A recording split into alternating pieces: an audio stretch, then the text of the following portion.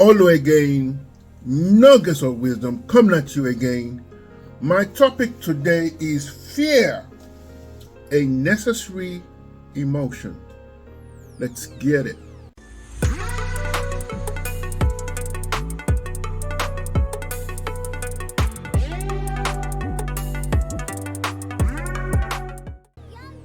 Welcome back. While I please like, share, hit the notification bell for new content. Let's go. I've been thinking about this topic for a while, and these may not be one of those topics that will actually get you going. Although I have enough fear in my life, why do you have to bring it up again? But I want to come to tell you that fear is a necessary emotion. The problem we have today that everybody think that they want to talk strong, and I believe I can submit to you. Maybe I don't have the numbers. Probably about 80 to 90% of people are fearful about something. They may not tell you that. They may talk strong. They may talk fake. There's nothing wrong with that, but it's actually necessary to have. It is healthy. Fear keeps you from danger. Fear keeps you from not doing crazy stuff. But at the same time, fear can also paralyze you. So you gotta be very careful that you don't let fear paralyze you. That gives me a segue into our topic today. I'm gonna read it from the book of Joshua, chapter 1. And I want you to see some things that even men of God, people who walk with God, also are fearful. So fear is a necessary emotion. Let's go to Joshua 1. I'm going to read through it. After the death of Moses, the servant of the Lord, it came to pass that the Lord spoke to Joshua, the son of Nun, Moses' assistant, saying, Moses, my servant, is dead. Now therefore arise, go over this Jordan, you and all the people, to this land, which I am giving to them, the children of Israel. Every place that the sole of your foot will tread upon, I have given you. As I said to Moses, from the wilderness unto the Lebanon, as far as the great river, the river of Euphrates, all the land of the Hittites, and to the great sea, toward going down of the sun shall be your territory. Verse 5. No man shall be able to stand before you all the days of your life. As I was with Moses, so I will be with you. I will not leave you nor forsake you. Listen to this. Verse 6. Be strong and of good courage, for these people shall divide an inheritance for the land which I swore to their fathers to give them. I'm going to stop there for a moment. You hear that said? Be strong and be of good courage. Let me give you a quick story for you non-Bible readers. Moses was about to deliver the people from Israel from Egypt. He's got to a particular point, he died. Now they want to turn the baton over to Joshua. Let's put it today. It's like you filling the shoes of somebody that you've looked up to, that has done great things, and you say, okay, now you count yourself inadequate, take over.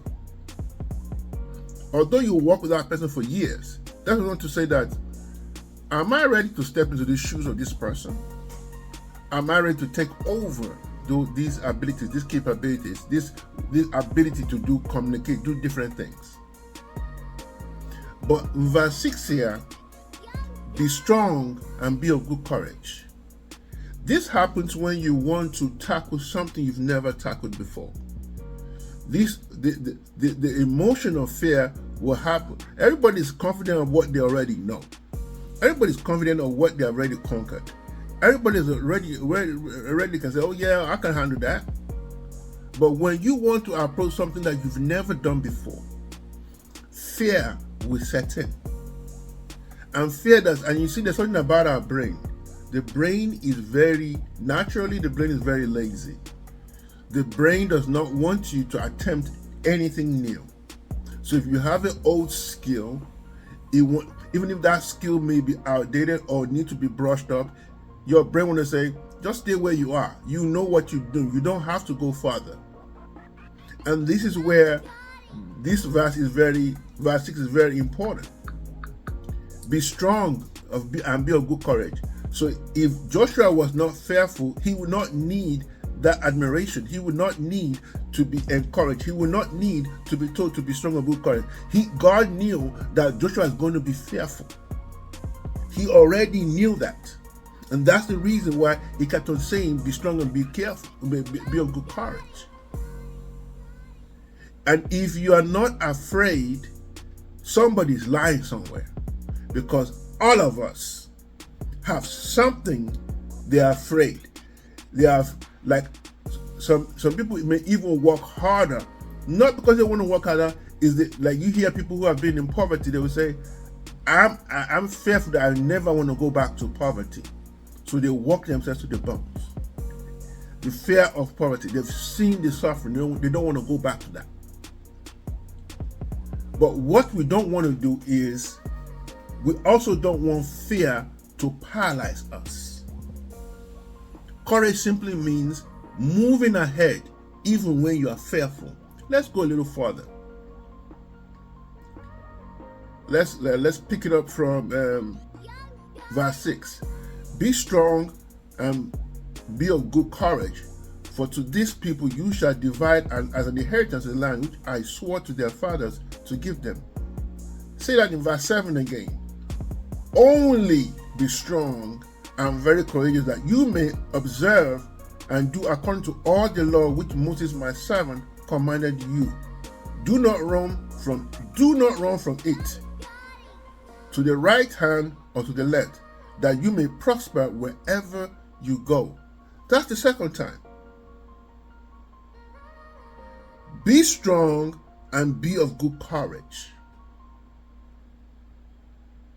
Fear, a necessary emotion. You need to understand that you have to sometimes do some things you've never done before. I already told you a little bit about myself. I've been backing on this entrepreneurial journey of mine. It is different than working in an environment where you have a job description. You have to create your job description daily. You have to understand where you're going daily. You have to make your money daily. If you don't understand the concepts, the ways, the things you need to do, people you need to connect, it's a different ballgame entirely. Let me be honest with you, it's a little scary, especially if you have been used to a particular way of living. Be strong and be of good courage. Let's go further. This book of the law shall not depart from your mouth, verse 8, but shall meditate it day and night, that you may observe it to do according to all that is written. For then you will make your way prosperous, then you will have good success. Have I not commanded? Again, be strong and of good courage. Do not be afraid, nor be dismayed. For the Lord your God is with you wherever you go. I'm going to pause there for a minute. If you come from, when I'm in trouble or my mom want to make an emphasis, my name is Olu. My mom says my full name is Oluwale. My mom will call me 3 times with my full name. Oluwale, Oluwale, Oluwale. That means, Oluwale, pay attention. I need to talk to you. The Bible says here 3 times, be strong and be of good courage. You are going to enter into some areas, some uncharted areas that you've never done before, that you can have fear. It's okay to have fear. It's okay for you to doubt yourself. But it's not okay for you to stay paralyzed.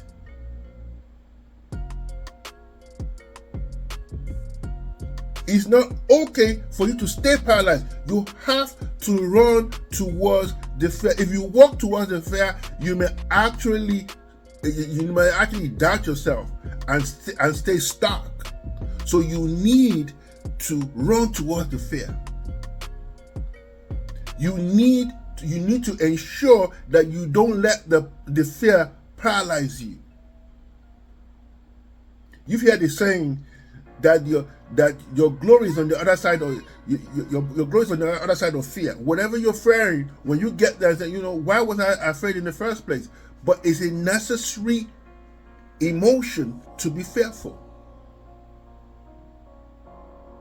Maybe I should just say, be strong and be a good courage, because I said it so many times. So maybe I'll switch it up and say, be strong and be of good courage. I don't know who this is for.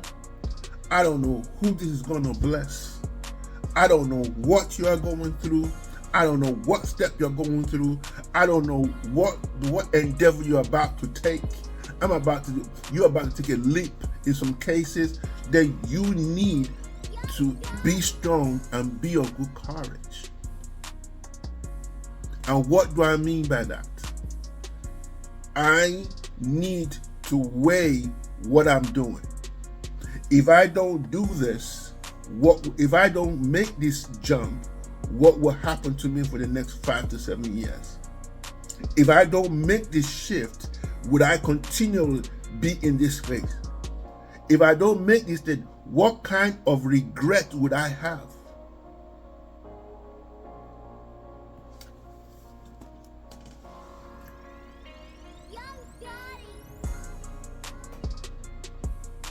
So my brothers,